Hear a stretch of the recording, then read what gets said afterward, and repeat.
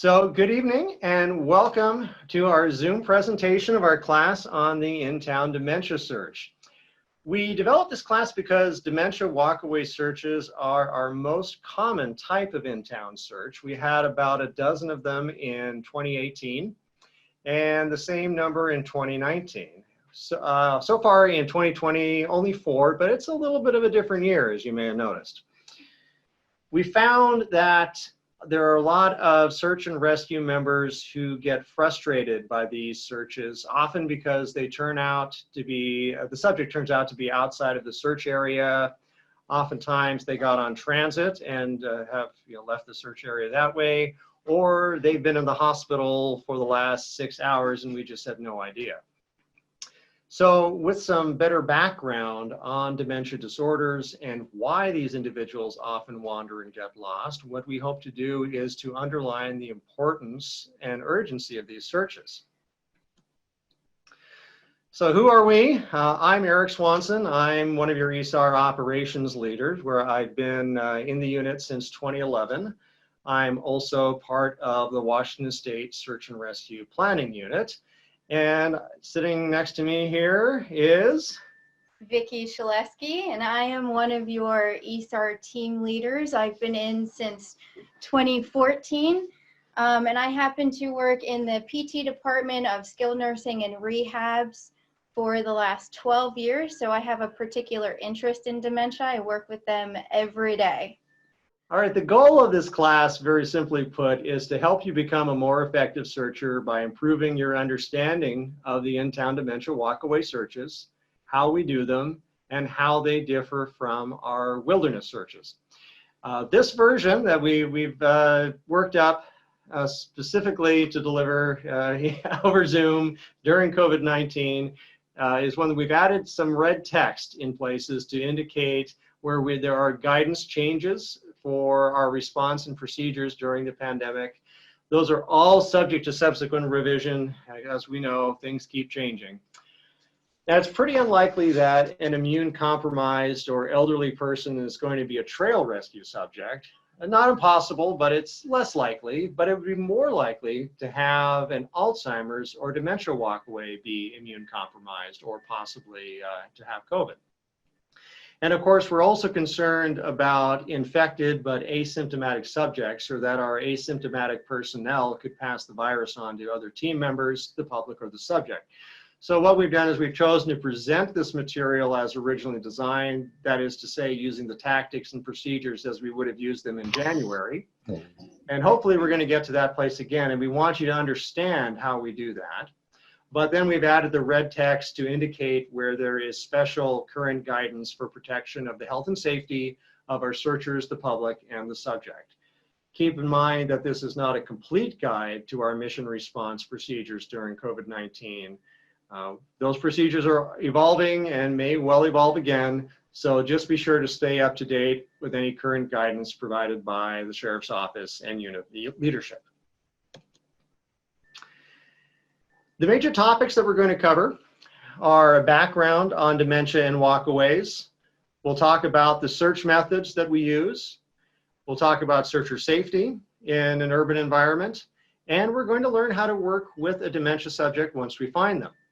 And keep in mind that a lot of the things we'll talk about tonight will also apply to other urban searches, such as those for autistic walkaways, and some of them even for some evidence searches that we do in urban and suburban environments.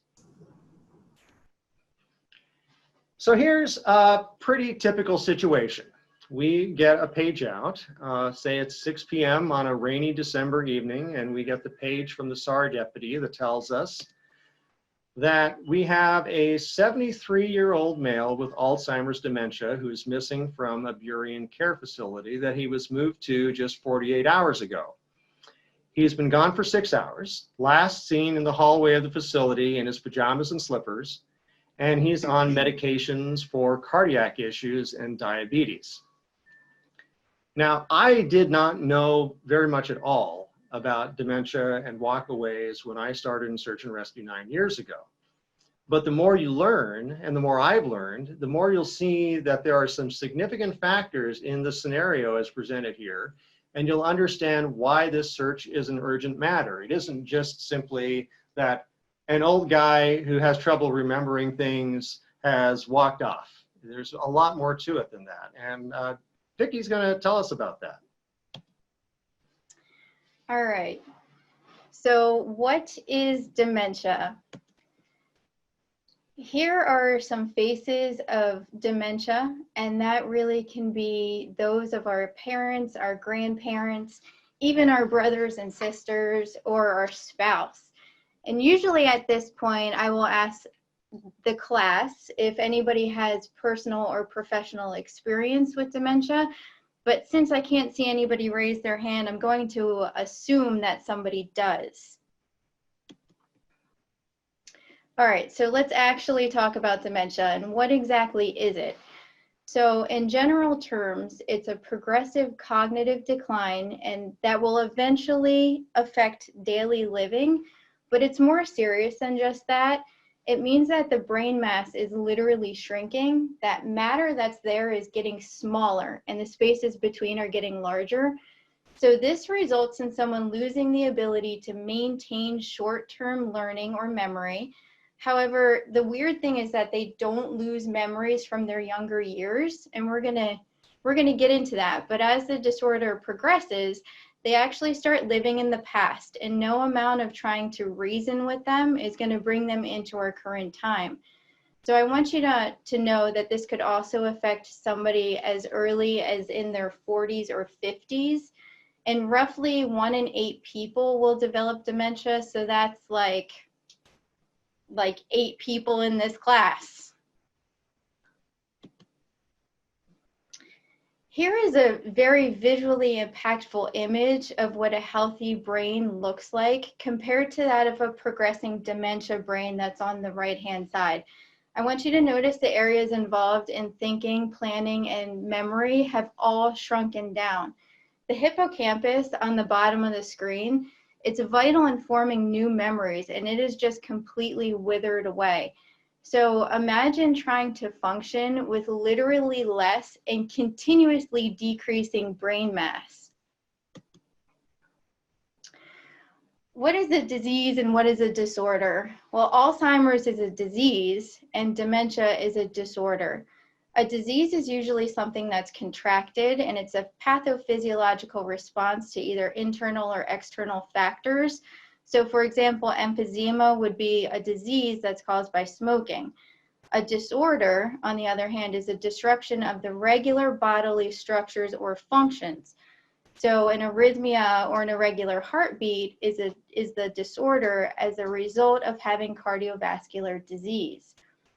Alzheimer's and dementia are often used interchangeably, but they're not exactly the same. Alzheimer's cannot be reversed, but there are some forms of dementia that can be, like stress and medication induced, thyroid issues, and even vitamin deficiencies. There are several diseases that can present dementia besides Alzheimer's, but for our purposes in search and rescue, we really don't need to differentiate between them all. Dementia is dementia, and because of that, the behaviors and our approach is essentially the same.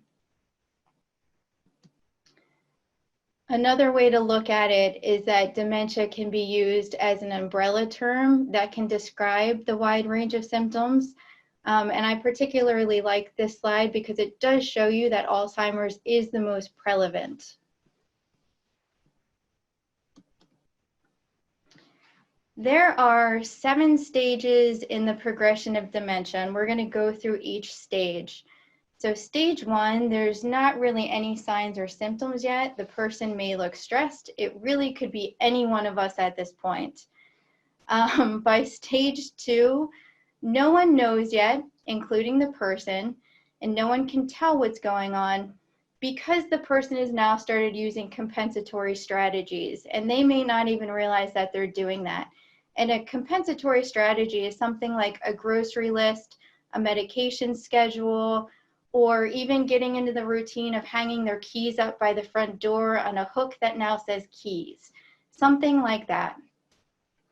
By the time it progresses to stage 3, this is one of the more pivotal stages. By now, the person is aware that something is wrong, but they usually become very fearful and go into denial. They don't want to talk about it. They don't want to alarm their family or their doctors. They don't want their life to change. You can understand how in this stage people might not, they might not talk about it. By stage 4, this is where most people are diagnosed, because now the family notices that there's something wrong, that there's something might be off. But the person is still living what we say is our reality. Though you will hear a lot of stories of, my memory's not what it used to be. Their motor function and their coordination are still okay and intact, and they can recognize people and places. It's important to note that in this stage, people's peripheral vision will start to diminish. And so that's the vision that you see on the sides of you, not directly in front of you. By stage 5, the person is no longer aware that anything is wrong. So they are what we call free of the disease. Their recent memories are gone, and they're now living in the past. So there may be up to roughly 5 minutes of new learning available in this stage. And that means that whatever you tell them now, in about 5 minutes, their memory will reset, and they will not know what you just said.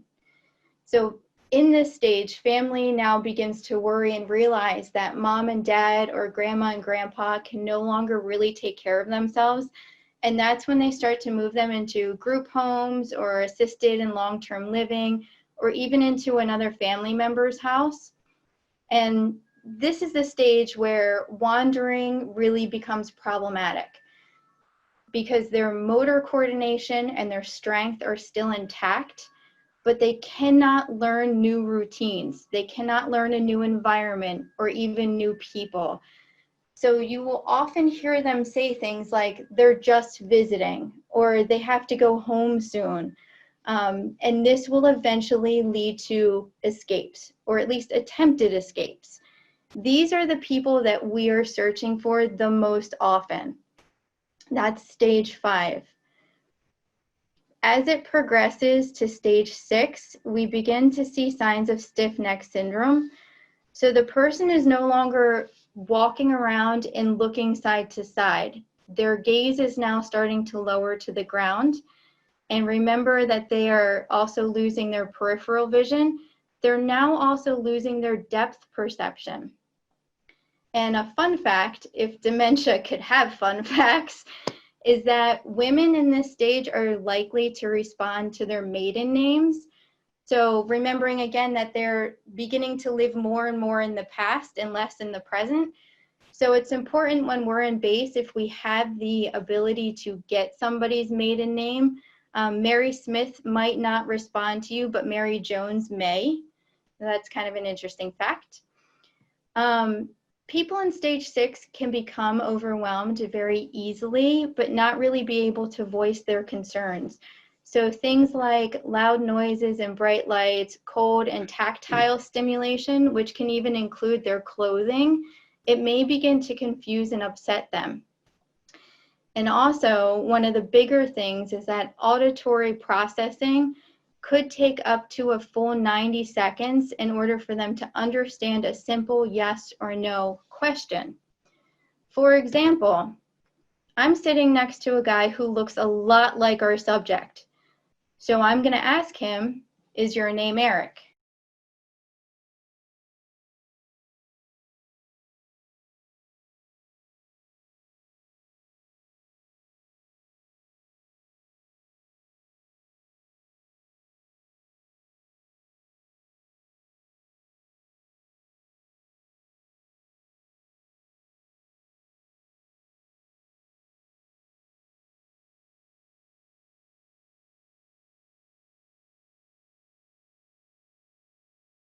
Yes. Okay, So that was an uncomfortable 30 seconds. That was just 30 out of a potential 90 seconds that I had to wait for him to listen to what I said, understand what I said, formulate a response, and then give it. You'll notice that I didn't interrupt him. I didn't repeat my question. I didn't cause commotion. I didn't make any additional noises. I just waited. By stage 7, we no longer know what they know. There's no more verbal communication. There's a total loss of motor control. So not only does the person not remember that they haven't eaten today, but they can no longer coordinate the movements to feed themselves. So these subjects they're actually not likely to be our subjects at all, since they are not mobile. All right, so there are a few symptoms that I want to review, and I don't expect you to remember the names of them, but the general idea, have it in the back of your head, so when you are approaching somebody with dementia, it'll make a little bit more sense. The first one is apraxia, and this is a loss of motor coordination, even though somebody still has the muscular strength to do that action. So even though somebody is able to stand up, sit down, or touch their shoulder with their hand, there's a disconnect between the brain and the body, so the signals aren't getting through. The next one is aphasia. This is a misuse of language, and that can either be receptive or expressive. So with receptive or Wernicke's aphasia, the person is going to have a hard time understanding what you say.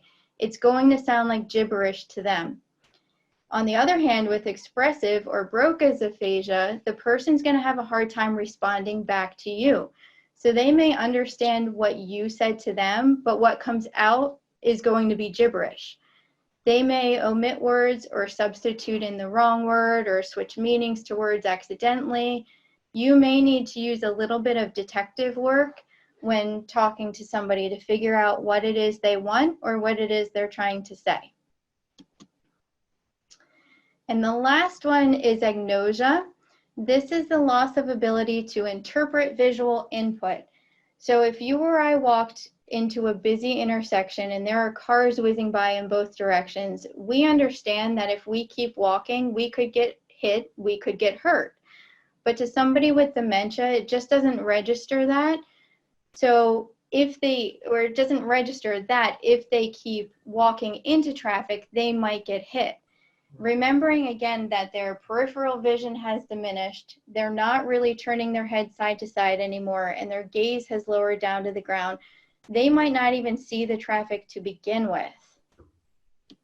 It's a scary thought.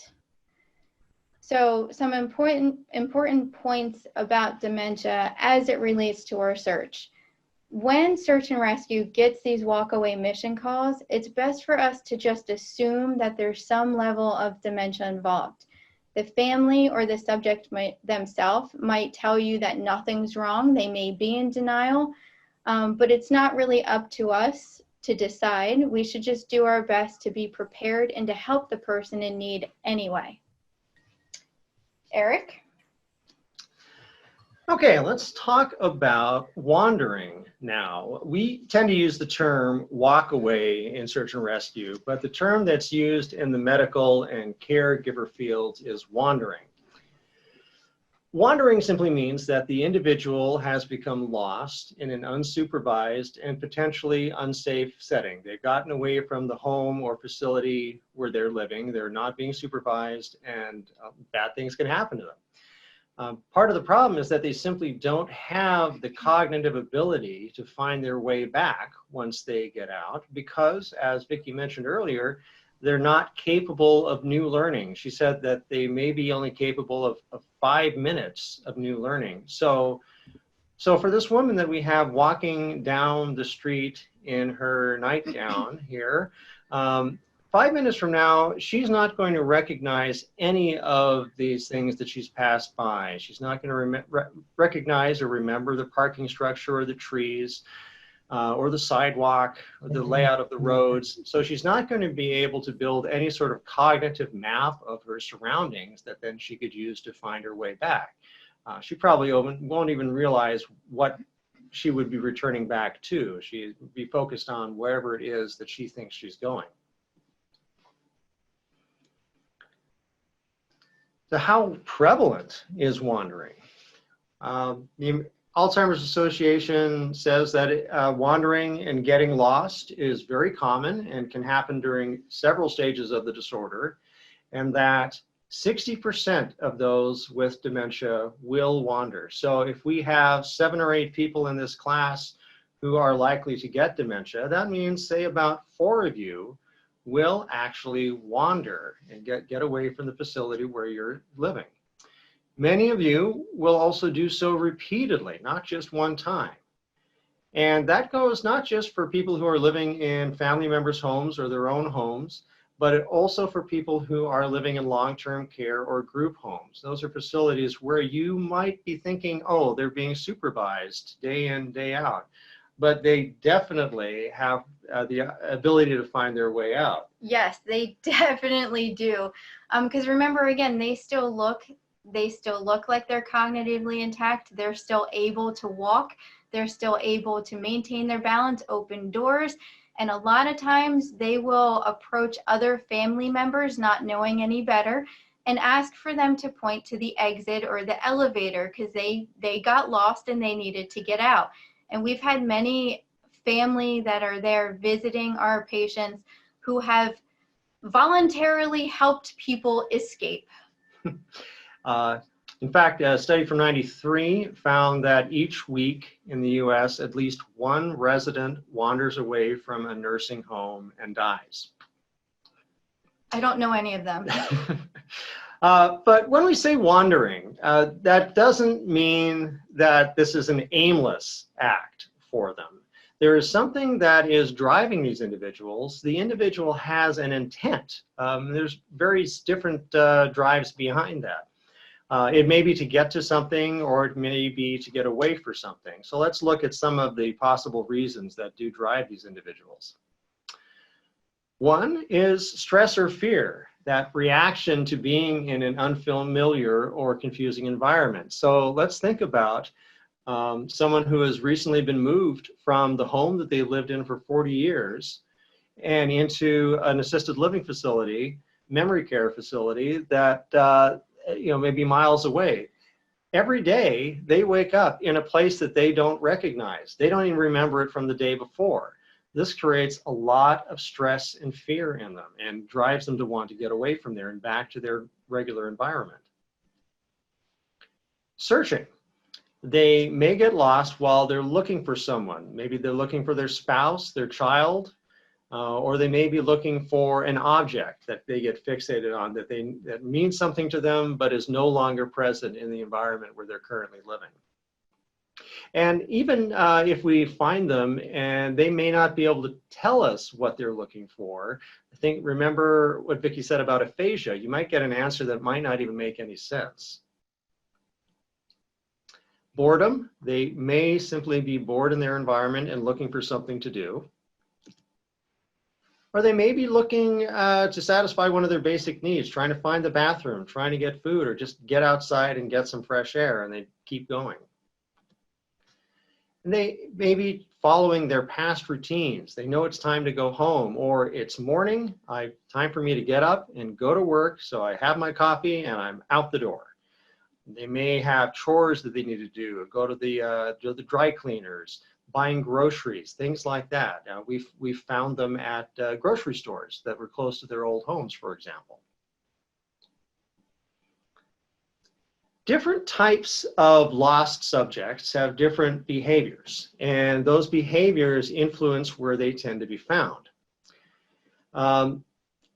So Robert Kester has put together the book Lost Person Behavior, which is derived from 50,000 lost person cases and the statistics surrounding them, where they were found, how far they were found from the point they were last seen, what direction they traveled in, things like that. And there are also a lot of behavioral things that are collected in there. And what we find when we look at the statistics is that hikers are different from hunters, hunters are different from mushroom gatherers, and mushroom gatherers have different behaviors from snowshoers. And fortunately for us, when it comes to dementia, that dementia is identified as a distinct category in the statistics, and we can use those statistics to help both guide our search planning and our searching in the field. So what do these past cases tell us about dementia walkaways? Well, we find that they have certain hallmark behaviors or distinguishing behaviors, things that they tend to do. One of them is that dementia walkaways tend to go until they get stuck. What do we mean by that? That means that if they enter the bushes on a straight line, they're probably going to continue straight into those bushes until they can't go forward anymore. That may not be it may be some other places too, which we'll talk about in a moment. They also appear to lack the ability to turn around, and they may ping pong off of barriers. So once they get stuck in the bushes, they're not going to do a 180 and try to walk out of there. They're focused on moving in that one direction, but they still may get guided by the barriers around them. So for example, here we have a little blue dementia walkaway in a neighborhood, and he walks into somebody's side yard, back towards the back fence, and it ping pongs off of that corner and off of that corner, and winds up stuck in a little alcove of their backyard where no one can really see them. They don't have any windows looking out there. You can't see it from the street. So that's, for example, how they can wind up stuck in somebody's yard. Another hallmark behavior is that the direction of travel is a good indicator of where they are found. Meaning if they were seen leaving the facility by a door that faces south and started traveling south, probably they are going to be found south of that building. They probably aren't going to turn around and go around to the north side and head north. You know, there's never any 100% about that, but it's a good indicator that if they started out south, they're going to keep going south, or east if they started going east, for example. As Vicki talked about, danger doesn't really register them. So crossing roads is very likely, as is entering bodies of water or going off of drop-offs. And they're oriented to the past, like we've talked about. The more severe the dementia they have, the farther in the past they are currently existing. So, as a result, they may attempt to travel to the place that they used to live. They may try to go to the place that they used to work because they woke up that morning and it's time to go to work. Or some favorite place, some place that is much more familiar to them and holds a lot of meaning to them from earlier in their life. How urgent is a search for lost dementia walkaway? Well, the search urgency is very high. Some of the reasons for that, in particular, the high mortality rate. There's a 25% fatality rate for dementia walkaways if they are not found within 24 hours. When I was first putting this presentation together last year, okay, honestly, this sounds weird, but I was a little disappointed when I discovered that the fatality rate was only 25%. But the reason it struck me that way was because I was expecting it to be a lot higher than that for hikers. And I wanted to be able to make the point that this is even more urgent than it is for hikers. But what it turns out is that that fatality rate is basically the same as it is for a lost hiker. So we can still take away that it is just as urgent for us to search for that dementia walkaway as it is for that lost hiker. And I know that most of us did not join search and rescue because we wanted to search for lost dementia walkaways. We had in mind the searches for those lost hikers. But I want you to remember that the search for the dementia walkaway is just as urgent a matter because they have the same kind of fatality rate. It's also an urgent matter because these are individuals who are not at all familiar with the environment they're in, and they can't even become familiar with it. They don't recognize those hazards.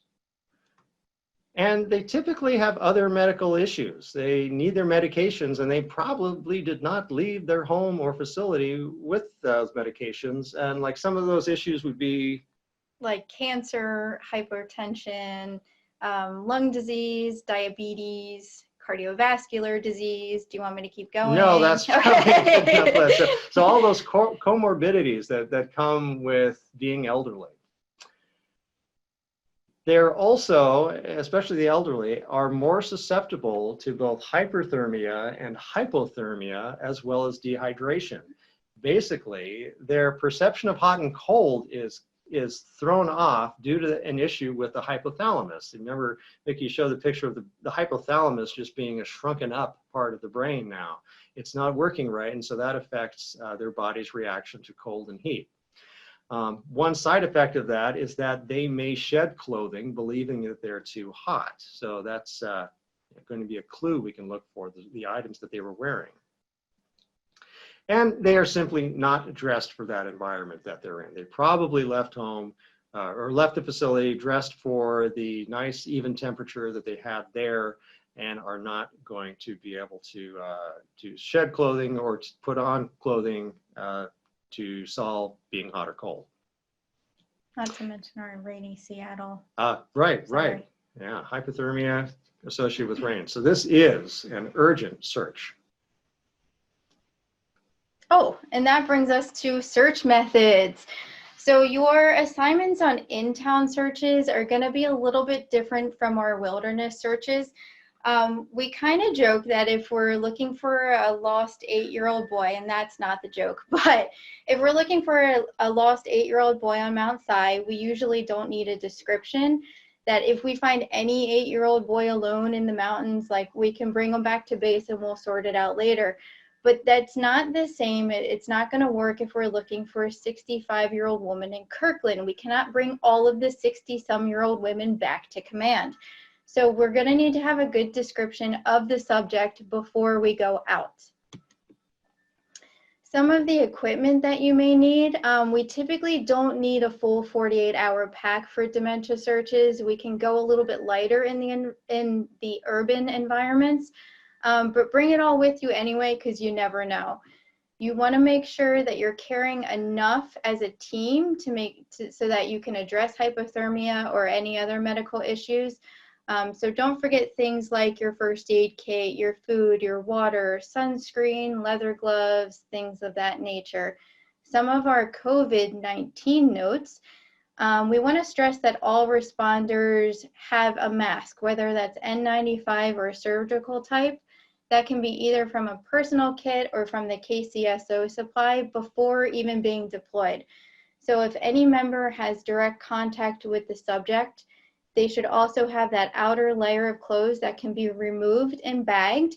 And then Eric wanted me to make sure that you guys knew to wash your clothes at home using your manufacturer's instructions and appropriate precautions. So bring along your extra things like your nitrile gloves, your eye protection, hand sanitizer, something that we really want people to have on their packs now. And again, that extra layer of clothes. Some other equipment that you can consider bringing is a high visibility reflective vest or a high visibility reflective pack cover. We also want to make sure that we're wearing our logo gear or other brightly colored clothing and have our DEM badges out and displayed. So this not only makes us look like a unified professional unit, but it also can alert the surrounding community that something is going on. Bring a handheld flashlight. It's a lot easier to look under things or around things or through bushes than using your headlight.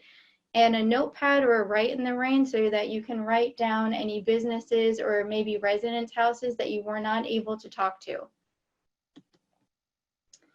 And the shade of green. Oh, I did. So another fun dementia fact is that as their peripheral vision diminishes and their depth perception diminishes, their ability to differentiate between colors also diminishes.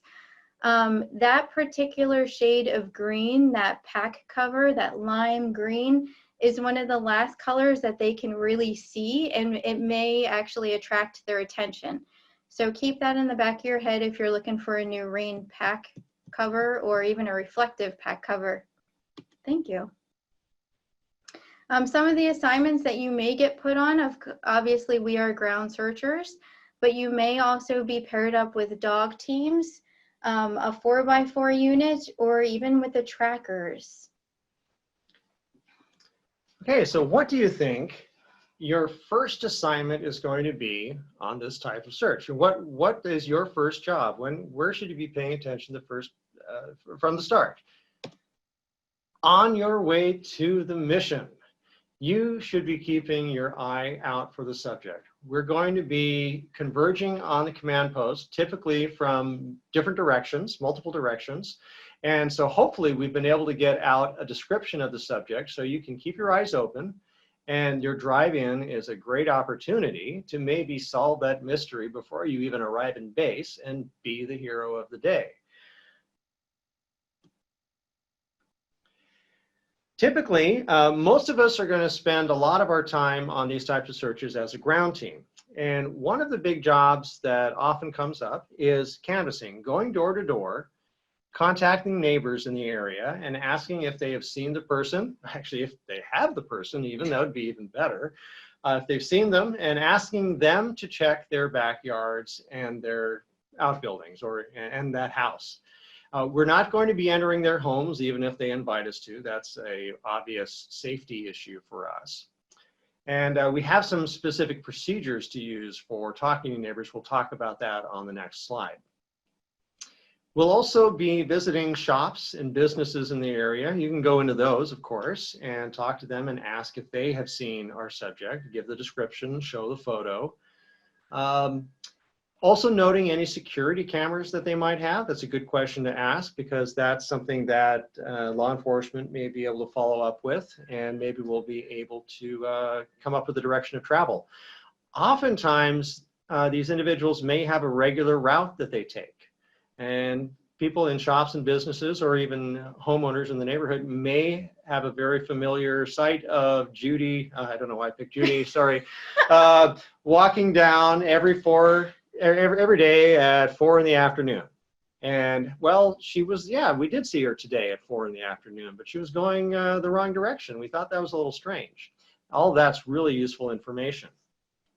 Also, not just the person who you're talking to at the door of the house may have information. Ask if there's anyone else in the home who might have seen them. Maybe you're talking to the husband, but the wife was out working in the yard earlier. Now, what we're basically doing during this is we're looking for unknown witnesses, people who don't even realize that they saw something which could be really important for finding this person. Now, during COVID-19, going door to door has previously been a really common ground assignment. We may or may not be utilizing this tactic during COVID-19. As of today, I don't think we have had any opportunity to deploy on a dementia walkaway mission under these restrictions. It's possible we may rely primarily on other means to alert residents in the community about the missing person and utilize ground teams to search other areas. But we may still wind up going door to door, so it's important to know how we do that. Also, during COVID-19, while visiting shops and businesses, do be sure to follow whatever their current distancing protocols are, whether it has to do with limiting the number of people inside the building, wearing masks inside the business, which you should be wearing anyway. Keep that in mind. Do whatever is required. So here's our kind of a marked up version of how we make contact with a homeowner. It's really recommended to be able to leave one team member with a radio at the edge of the property as a lookout. And what I mean by that is that if we're going up to an empty house that we don't know is empty and the homeowner is arriving back in their vehicle, they might be kind of surprised to see people on their porch. The person who's at the edge of the property on the sidewalk can give them a little wave and let them know what's going on, so that doesn't come as quite a surprise. One person should go up and knock on the door and back up enough to encourage the resident to come out to talk. And really what we were talking about back in January was backing up a few feet so that the resident doesn't feel like we are pressing on them, like we are trying to enter. We back up to give them some space. Hopefully they come out. If they don't want to come out, that's fine, but they can come out a step and chat with us. So right now we're probably looking at about backing up 8 feet or so. That might even take you off the porch after you've knocked on the door or rung the doorbell, so that they have a good 6 feet of space. One team member should be conducting the interview, asking them questions, and passing on the relevant information, subject description, showing the photo. And the rest should probably stand back just a little bit more, just a step or so. And the note taker should record any significant information that is found. Now, if the resident is not cooperative, simply thank them for their time, note that address in your log, and make notes about that, and you can move on to the next address. One thing, if you're doing this type of search after dark, don't use your headlamp while you're talking to the residents. You don't want to shine your light in their face.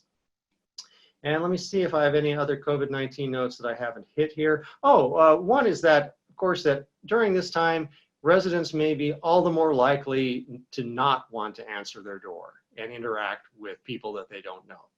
Perfectly understandable.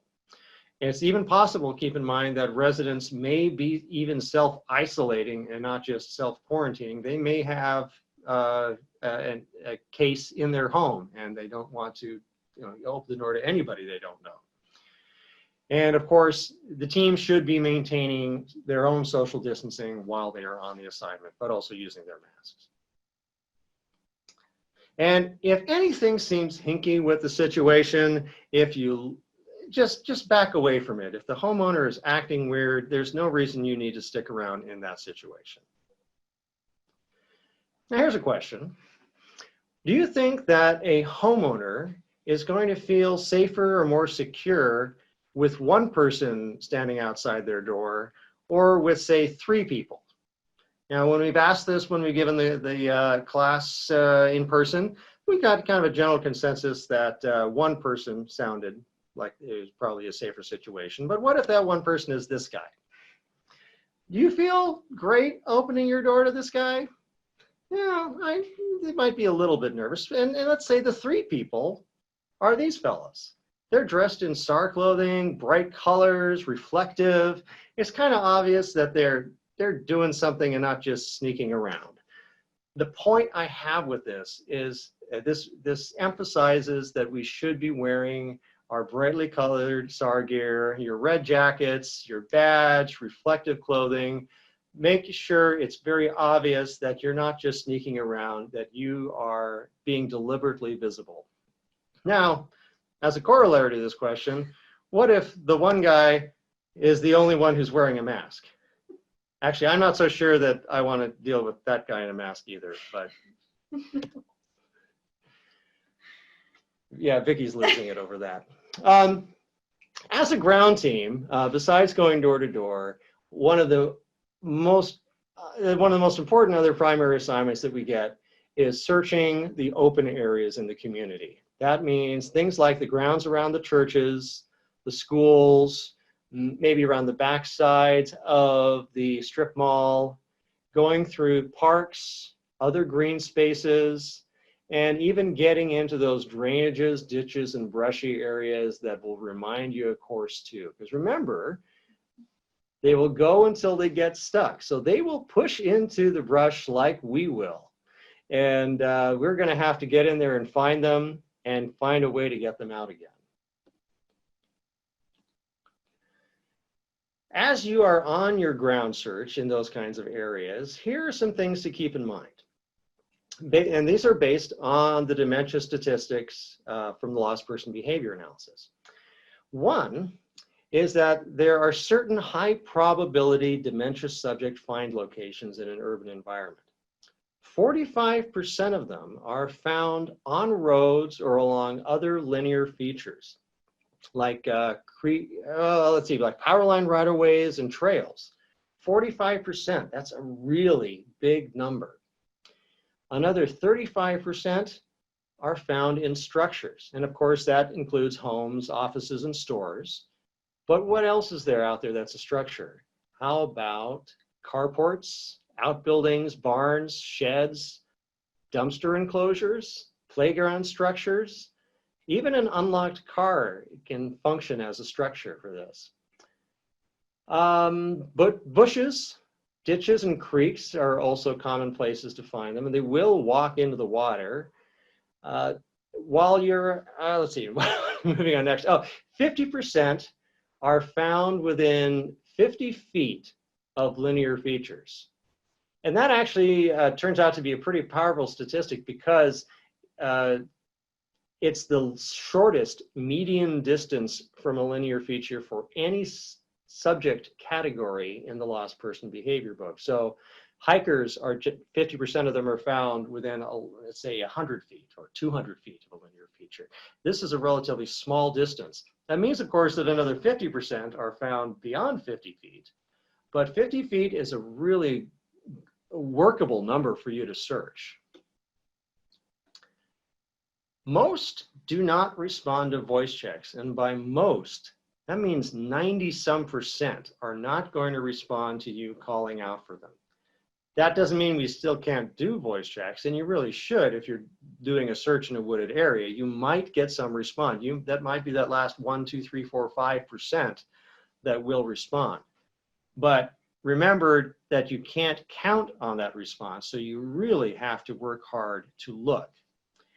And as another side note to that, their vocal strength may be diminished, so even if they would respond, you might have difficulty hearing them. We even have a case from a few years ago where the subject was found, a dementia walkaway subject was found in the brush because they were cracking some sticks. They were not able to vocally respond loud enough for us to hear them, but they did actually make an effort to respond by snapping some little twigs, and the team heard that. While we're on any type of search, we typically need to remember to be clue aware, not looking just for that missing person, but for any clues that they leave behind. The problem with dementia subjects is they typically don't have much with them, so they're not going to leave many clues. But remember it's what we said earlier, that if they get agitated, if they feel like they're hot, even if the environment doesn't make sense for that, they may start shedding clothing. So make sure you're paying attention, looking for the types and colors of clothing that they were seen leaving with. And also look for other signs. Look for footprints in the mud, maybe that are heading directly into the bushes. That could be really important for us. Sightings are also a clue. So even if you can't cite the subject, we may talk to somebody else who might be really interesting to us, such as people who know where the subject is. Those are great people to find. You're looking for Joe? Oh yeah, he's just down in my downstairs rec room having a beer. He was in the basement. So, but failing finding a person who actually knows where they are, we would love to talk to people and find people who saw the subject since the last time they went missing, or since the time they went missing. People who know the subject and the places that they tend to go, they may know something about where the subject tends to go that even the family has no idea. Family knows that Sally goes on her walk at 2 in the afternoon, but she comes home at 3. We don't really know where she goes. But somebody out in the environment may know. So what we want to do when we find these people is we want to find out what they know, write it down, and get their contact information to command for follow-up. What's really best is if you get on the radio right then to command and say, hey, I have a neighbor here who saw Sally at 2:15 this afternoon.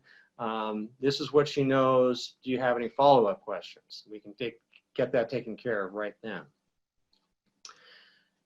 Be aware, though, that occasionally we come across people who are a little too helpful.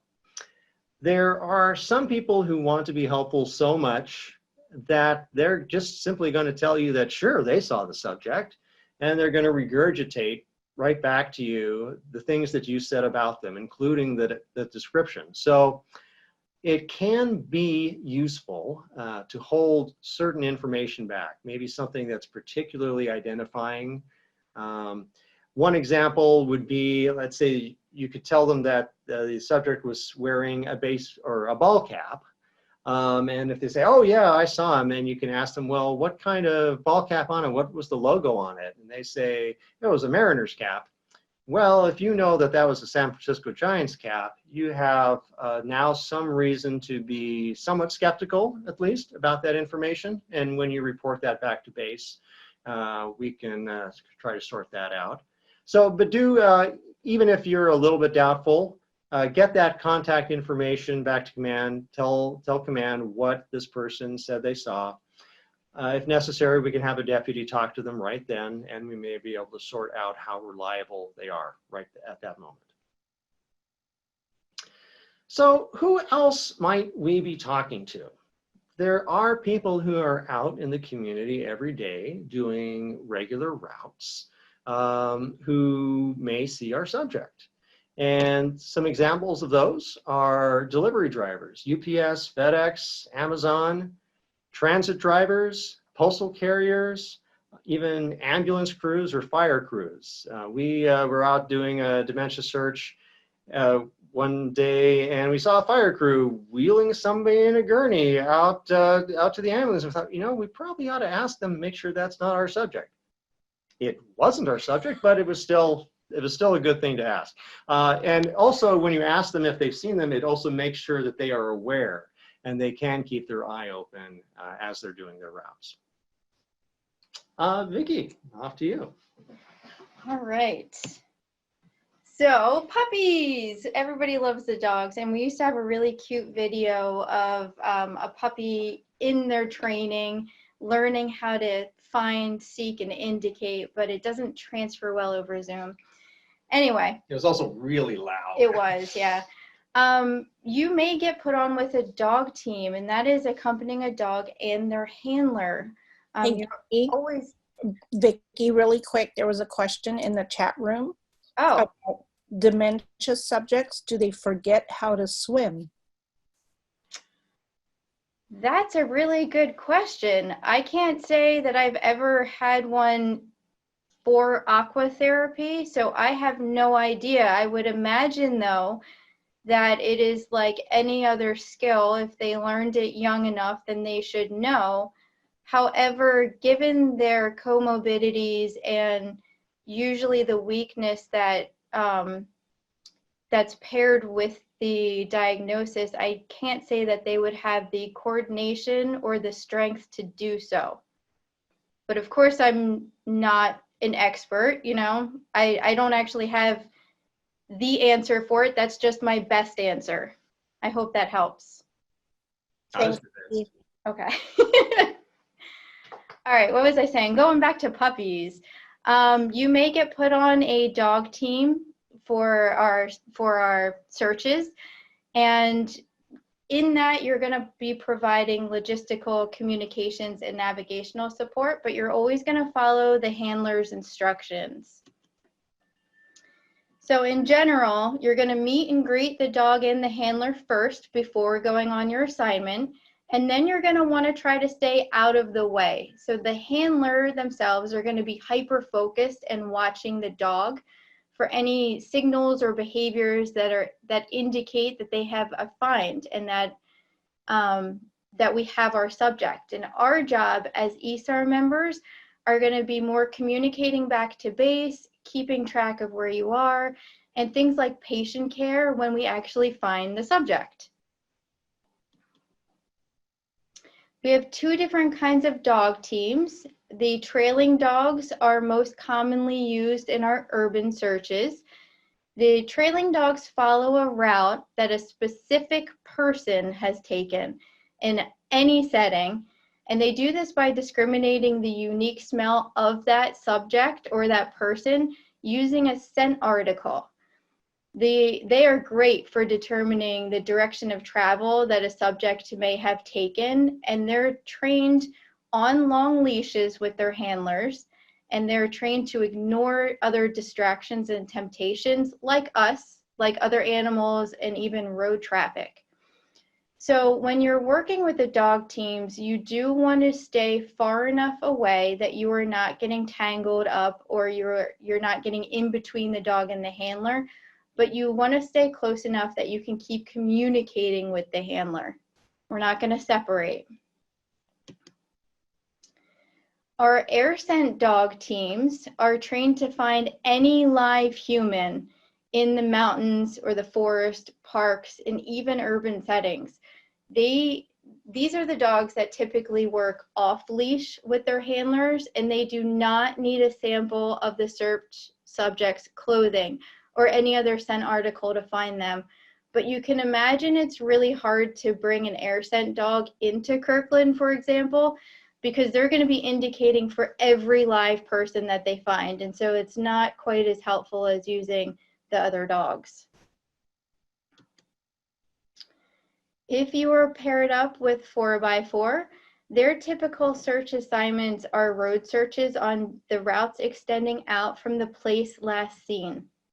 They can typically cover a lot of territory in a short amount of time, but of course the driver is going to need to focus on the road, so it's best if we can have at least 2 observers in the trucks with them looking out from each direction. And like Eric said before, I want you to remember that roads and linear features account for 45% of the finds. So it's a high probability that if you're out with 4x4, you may actually find our subject. And again, with their bright flashing lights and all of their logo trucks, it's really good visibility for the community that something is going on. And some of our COVID-19 notes is that this is another type of assignment that we may or may not be doing at this time. They're kind of going on a case-by-case evaluation. We would try to minimize same car occupants whenever possible, and teams being transported would be encouraged to wear their masks while in the enclosed spaces. Gloves are probably a little bit excessive unless specifically interacting with the patient. So instead, we would encourage the use of hand sanitizer before and after the vehicle transport, but always talk with your 4x4 driver first and see what they're, see what they're comfortable with.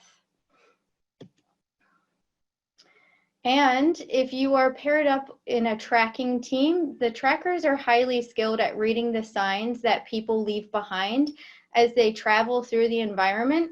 So that could be things like their footprints or even impact on the vegetation. They typically work as their own team, but if you're paired with them, just ask for and follow their instructions. And there are certain special assignments that you might be asked to do depending on the situation. One of those is a high quality search of the subject's home and the grounds, the yard, even inside, checking everywhere. By everywhere, I mean including behind locked doors and in the backs of closets. There are a lot of cases of dementia, quote unquote, walkaways who turn out to actually still be in the building, and just nobody thought to check behind that locked door because, well, it's always locked. There's no way that Sally could be in there. Right now, at this particular point in time, we're probably not going to be doing any searching inside the homes, but certainly around the grounds of the place where they're living. Places where you think, well, somebody obviously checked there already. We really want to have SAR doing that search as well. But keep in mind that sometime in the future, you might possibly get asked to do a search inside the house. I've only done one search inside somebody's home, and that wasn't actually for a missing child, but kind of a similar thing. And if you do have a search like that, there will likely be law enforcement on scene lending their authority to that particular search. But we may also be asked to specifically search the area around the subject's prior home. Maybe they only lived a few miles away, so we want to make sure that we have a good search around that area because they may be headed there, and also the route in between where they were living and where they have been living and where they used to live. And historical find locations, places where they've been found before. We sometimes have some frequent flyers. We even had one a couple of years ago who went missing like twice in the course of 2 weeks. So while you're out there doing your search, what's going on in base? Well, a lot of the things that you would expect. There's a lot of planning going on. There's tracking of teams. There's downloading the GPS tracks and figuring out where we've been, trying to figure out where we should go. Were there any gaps in that coverage?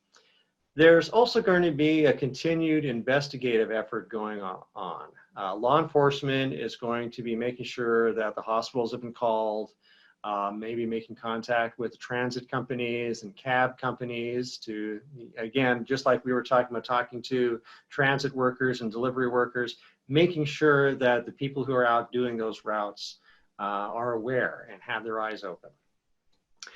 We will very likely, in this type of search, initiate a reverse 911 call. And what that is, it's a system that uses a database of phone numbers and locations, and it automatically calls residents to let them know about an emergency situation in the area. And that could be our dementia walkaway, it could be something else. So law enforcement can initiate a reverse 911 to call residents with a message to be on the lookout for our missing person, giving a description and everything. So one note to that is that if you are on the door-to-door assignment, don't be surprised if people are already aware of the missing person, and you'll get that, oh yeah, I heard about it, I got the phone call. That's what that means. That's how they got that phone call. And we may possibly be initiating a cell phone tracking. If the subject is known to be carrying a phone with them, we may be able to get information from the cell carriers about where their phone is or has been recently. So here's an example of the tracking that we did and planning that we did for a dementia search in Burien a couple years ago. And on this mapping here, we have a little red X in the center, which was the point that we thought they were last seen at. It actually wound up moving, but that was where they were living. And the rings out from there are distance rings that are based on statistics from lost person behavior. The smallest black ring in the center is a ring within which 25%, a distance within 25% of dementia walkaways tend to be found. And then the next ring, 0.7 miles, is 50% tend to be found within that distance, and 75% at that larger ring. The blue lines on here are the road assignment tracks. So these are GPS tracks from the 4x4 assignments that were done driving around. Purple, in this case, are dog team assignments that are in Seahurst Park and another park to the north of it. And the green tracks are the GPS tracks from the ground assignments. So a lot of those were in the neighborhood, in the, let's see what else. There are some businesses along the main road as well. And you see a lot of green over to the west, and that is a search assignment that resulted, no, sorry, you're right, the east, where it says Team 4 Simon and Team 5 Danny. That was an area that got ground searched heavily because we ran into somebody who was being too helpful and said that they saw this person walk down this road, and it was later determined that this person was just, you know, full of it. But we followed up on it. We gave a good search out there to make sure that we did not find our missing person out there. There are also some red polygons you see down there in the south, and those are some team assignments that had not yet been given out, or you see some of them are partly searched. But those are some assignment areas that were going to be coming out. This particular subject was eventually found, yes, in a hospital in Seattle, not in Burien. Night searches are kind of a special case. Late at night, we are not typically going to be knocking on doors, but keep in mind that night is a different thing in December than it is in July. So 6 o'clock in December is going to be dark, and we may still be knocking on doors if it's at a time when we are knocking on doors. Whereas we're probably not ever going to be knocking on doors at 1 in the morning. Instead, we're going to focus our ground searches on public areas, those church grounds, school grounds, parks, and on road searches of the area. And keep in mind that our hazards may increase at nighttime. Traffic, we can be less visible, and that's why we want to have that reflective clothing, that high visibility clothing and pack covers and things like that. So because the hazards are increasing, searcher safety becomes all the more important. So night searches, make sure to be seen, make noise, don't sneak around. So searcher safety, and you can all repeat with me, whose safety is most important? Yes, mine.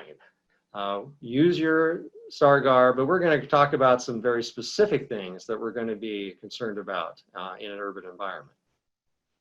First of all, let's touch base again on COVID-19, and do not respond as a safety issue if you have symptoms or if you are in close contact with someone with known or suspected COVID-19. And that includes family members, roommates, or housemates. And some of those symptoms are fever of over 100, a new cough, shortness of breath, acute gastrointestinal symptoms, a new loss of taste or smell, a general fatigue or malaise, myalgias or muscle pains, or a new sore throat. Just take those as indications that you should not be responding to the mission. So I want to talk about the objective hazards that we tend to face in the urban environment. And by objective hazards, I mean things that can hurt you, not just hurt your feelings, but actually cause you some damage. One of those is suspicious homeowners, and those of us who are a certain age know that that is Gladys Kravitz, and she's quite concerned about those people who are outside her home.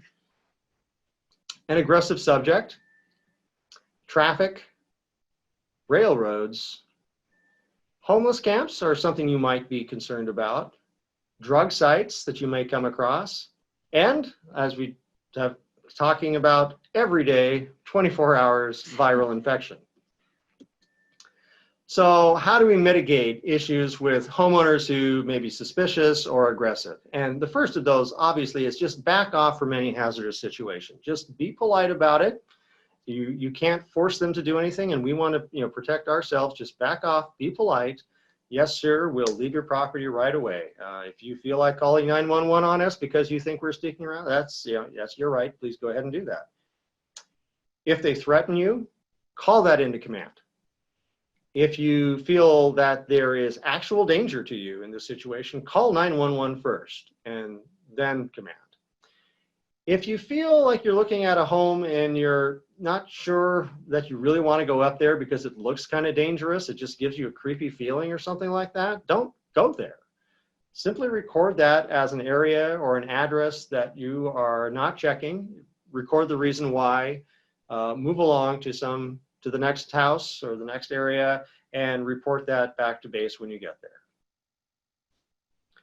Traffic. How do we mitigate the dangers of traffic? One is to make sure that you're walking in the direction, face oncoming traffic.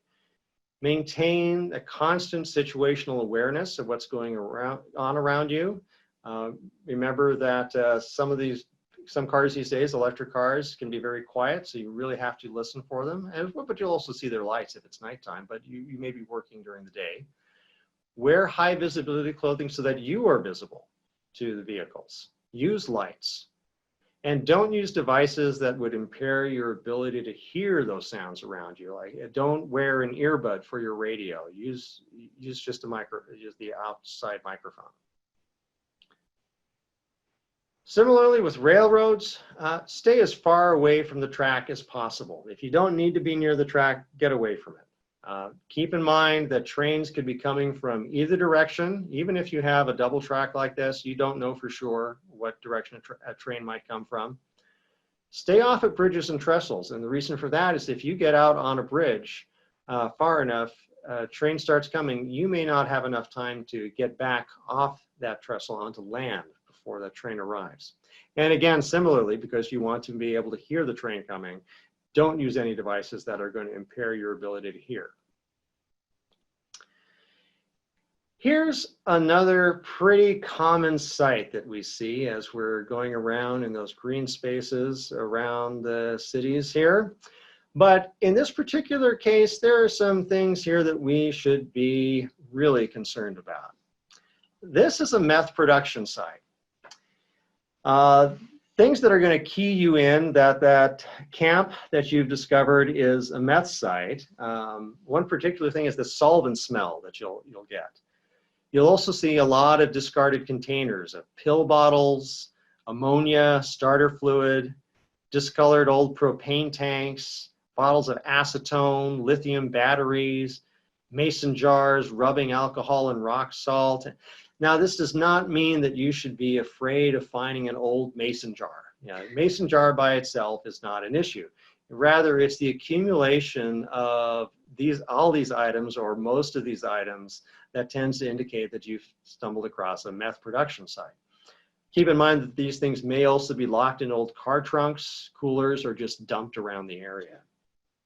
And I got a few more pictures of meth sites here, because I really want you to have an idea of what you're looking for. And I mean, you're not looking for this, but what you should be aware of, and should be staying away from. So here's another example of meth materials. Another one. And here, this was just posted a few weeks ago on Facebook, these photos. On May 26th, deputies responded to a wooded area in unincorporated Maple Valley area for a possible meth lab. And this was found by two hikers who were out on a trail when they came across a strong chemical smell and their eyes began to water. They saw these items, they called 911, and deputies came out and confirmed that, yeah, this was definitely meth production. And so that resulted in a full hazmat call out to clean it up. But an example of meth production materials being found in wooded areas around our area. Another drug site would be a marijuana grow site. I'm not sure if they're as common these days, but you still could come across them. One indication would be that skunky marijuana odor, or other odors that are used to mask the smell of it, like mothballs, air fresheners, and chlorine. In front of a building, you may see some unusual garbage strewn around in the yard, wiring, PVC piping, and irrigation tubing. You may see windows that are covered all in dark plastic or cardboard or extra security measures. You think that's a really dumpy looking house. Why are there 5 security cameras here? This would be a place to just stay away from. So if you do find a suspected drug site, report it. Don't search it. Don't open any suspicious containers or search in areas that have strong chemical smells. If you do suspect you've been exposed to hazardous chemicals, notify your leadership and seek medical attention. And some of the signs and symptoms that you'll be looking out for would be dizziness, lightheadedness, difficulty breathing, tearing or burning eyes, or skin irritation, things that you're going to notice pretty quickly. I feel like we talk about drugs a lot in the dementia course. Well, I think it's really important because It is. We come across a lot of areas that are dump sites of one type or another. And I think knowing what things to particularly be watching out for can be really important. I agree. Moving along. So now you've actually found the subject. So pre-COVID, first we would ensure that the scene is safe before approaching. Your team leader or comms person would typically call in the location, the condition of the subject, request resources. You would address hypothermia and any other life-saving things. Base is going to be very, very eager to get this information on the subject condition, so you don't want to leave them hanging. I also don't want you to expect them to respond like a typical missing person when found. They have no idea that they're missing. They're not looking for help. They don't know who you are. They're doing their own thing. They're not going to be jumping up and down and hollering like our missing hikers. They might be argumentative. They might be completely pleasant, but these are some recommended techniques that I'm going to go over with you to approach them. But first, we're going to talk about how to do this under COVID-19. So now you found the person, do not immediately approach them.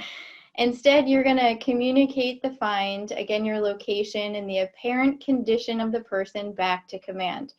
Command is going to determine whether or not we will approach. It may be that one of the paid professional first responders can get there quicker, or not quicker than us, but that they can get there quickly enough that they will take over from there. If the circumstances warrant that that SAR makes the first approach, again, be certain that you are in your full PPE. So that is your mask, your nitrile gloves, your eye protection. Judy? Did you say something? Okay. Your sheddable outer layer, and only one team member should be in close contact with the subject at all. So this is not a complete and comprehensive list of approach guidelines for SAR, but it's enough to emphasize that we're operating under these special circumstances. Okay.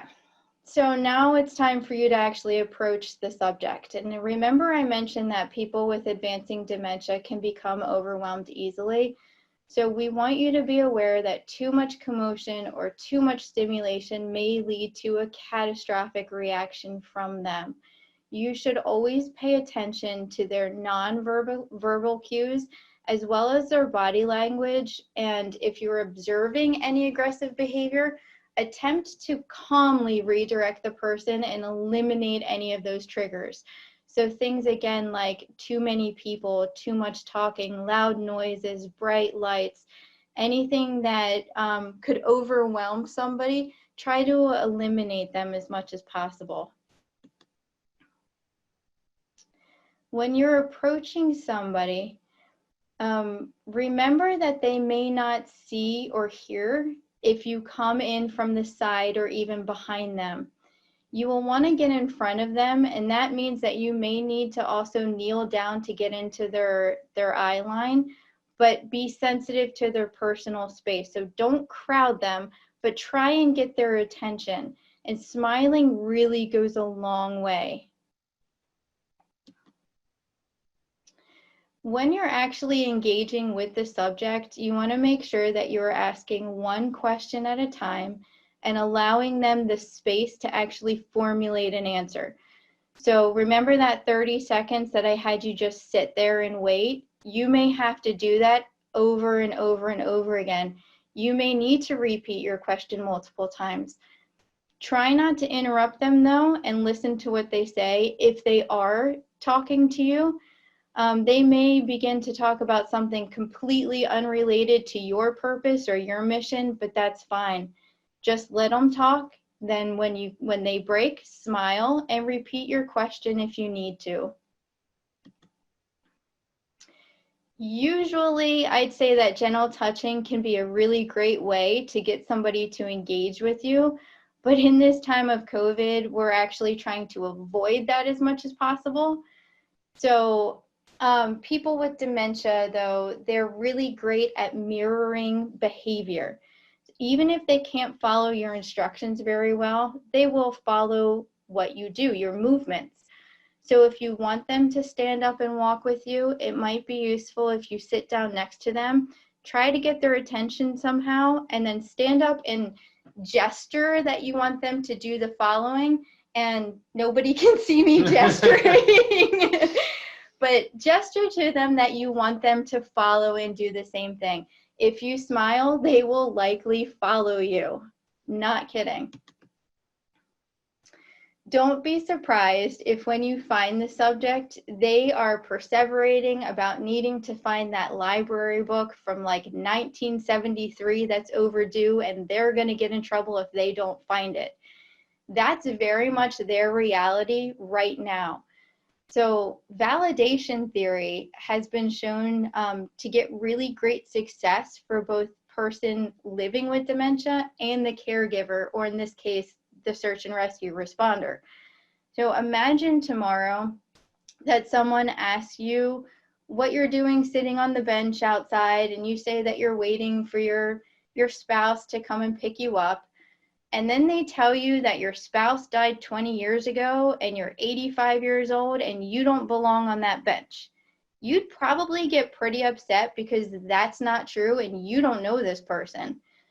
So again, you're not lying to your subject if you tell them that you have found their book and that you can take them to it and that you can help. You're actually validating their reality and you're offering help. remember that this is a saying, and I don't remember where it's from, that the person with dementia is not giving you a hard time, but they are in fact having a hard time. So I mentioned at the start of this presentation that a lot of search and rescue members get frustrated by dementia searches.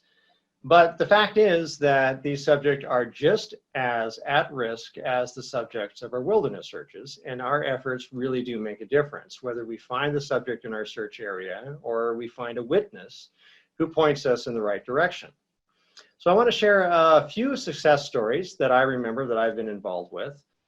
One was in July of 2013 in Federal Way. I was part of a dog team that was searching a park, and we came across a passerby during our search who it turned out had talked with the subject earlier in the day and pushed their wheelchair to a bus stop. So they got on the number 17 bus and went away. But that led us to being able to find out what bus they got onto so law enforcement could track down where that bus went and where that subject had gotten off. It also allowed us to go home at that point. We didn't have to search for the next 17 hours. Bellevue, 2015, we were searching in a community and the subject was located a few doors down from where they had been living when the neighbor came home. The neighbor was very aware of the search because they came into the neighborhood and saw all the vehicles, the comm van and the searchers. They asked what was going on. They were informed. And when they went home, they checked their home and found our subject. Maybe in a place that they wouldn't have been looking otherwise. And 2017, Federal Way, dementia subject was found at 1 in the morning by a 4x4 driver, and the subject was walking along a road. Remember, 45% are found along roads and other linear features. But not all of our dementia walkaway searches are going to end the way that we want them to. That's obvious. But hopefully, now that you know more about dementia, that you understand what's driving them as walkaways and how we do urban searches, you will be a better and more effective searcher, and we will have more success. So that's the end of our presentation. We really appreciate you taking the time this Thursday evening to learn more about dementia walkaway searches. If we were all together in person, we would be handing out copies of this Dementia Tactical Brief, which has summarizes a lot of the information on search tactics and find locations, gear and equipment, and how to approach and engage the subject. Since we can't hand that out, I've made a little short link there, bit.ly.dtv-may2019 that you can use, and that will get you a copy of that subject. And you'll go, why did I sit through an hour and a half of this presentation when I could have just had one sheet of paper that told me all this information? So we'll leave this up on the screen so you can jot down that URL if you want to. If you have questions or feedback about this presentation, please feel free to contact either Vicki or myself about that. And I don't know, Judy, if there are any questions that are still in chat that we should answer, or if someone has one. Actually, I can open up the chat too. Hi, Judy's gone now, so you're stuck with Nancy. Hi. Oh, hi, Nancy. Hi. So there's a question from Judd, and it asks, can you briefly talk about the need for or handling of first aid scenarios? How frequent, and does obtaining consent rules change? So can I just say one quick thing before? I know you have stuff No, that you go can ahead. say. The one thing that I do want to say is that you always need to obtain consent. When you're talking with somebody in general, but also somebody with dementia, you need to explain what you're going to do and why you're going to do it. They might not get it all, but if you keep it simple and you keep it slow, they should be able to tell you that it's okay. Using or watching their body language, they may be able to nod to you more than tell you, yes, it's okay. So again, hi, I'm Vicki. I'm from Search and Rescue, and we're here to look for you and, find you. Are you okay? Is it okay that I check? Or, actually, that's way too much information. I was just, yes, you do need to get consent. Do you have anything? I'm too worried about the fact that my link didn't work because I didn't actually test it out after I created it. So I'm sorry about that. I will get a link out to you all once I get that sorted. So check your email for that. Or I'll just, even better, I'll just email you the sheet. That's a great solution. Oh, Emily says, typed it in wrong, it works now. It may be case sensitive. There we go. Let's see. Were there any other questions, Nancy? No, but well, there was one question about if we're going to have this recorded because some folks' Zoom was going in and out. We are recording this, and we hope to be able to get it up in our library as soon as we get our library up and running, which we're aiming to try and do that the next month or so. But no other questions for you guys. Yeah, I noticed one thing, Glenn commenting that he once had 2 people blocks apart give the same wrong sighting claim. That's fascinating. Okay, if there's no other questions, I really appreciate you showing up. Thank you. And yeah, that's it. Thank you. Good night.